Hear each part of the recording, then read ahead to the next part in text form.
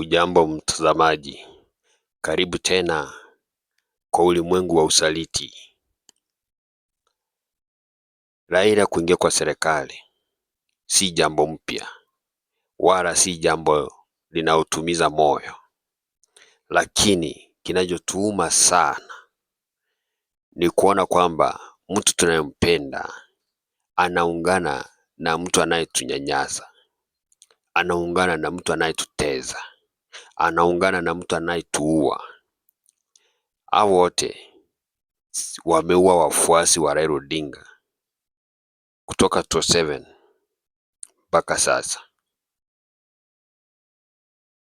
lakini Raila hajairidhia kwamba wafuasi wake wanauliwa kwa ajili ya kumtetea yeye.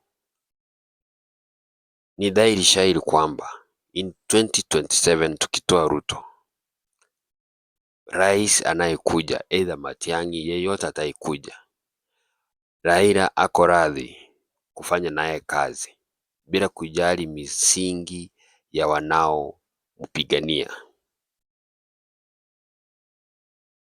Ni upande wetu sasa kufunguka macho na kuona mbele.